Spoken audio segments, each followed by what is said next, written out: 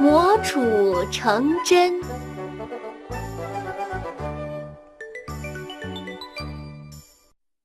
传说诗人李白小的时候，在四川眉山县象耳山的一所私塾读书。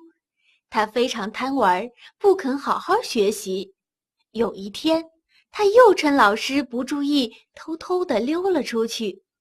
李白在外面闲逛了半天，不知不觉来到一条小溪旁边。他顺着小溪走了没多远，看见一位老婆婆正在一块石头上磨着一根铁棒子。李白觉得很奇怪，就上前问道：“老婆婆，您为什么要磨这根铁棒子呢？”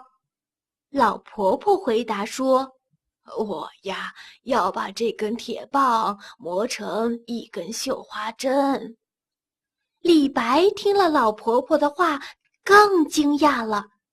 这根铁棒这么粗，要磨到什么时候才能磨成针呢？老婆婆见了李白有些疑惑，就向他解释道：“只要功夫深，铁棒也能磨成绣花针。”李白听了老婆婆这番话，很受感动。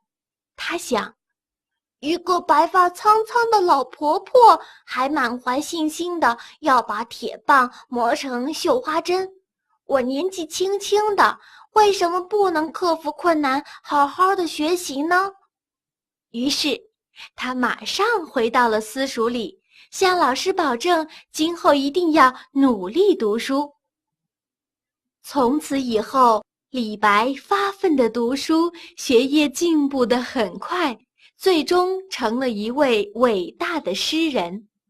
后来，人们用磨杵成针这个成语来比喻，只要有毅力，肯下功夫，就一定能克服困难，做出成绩来。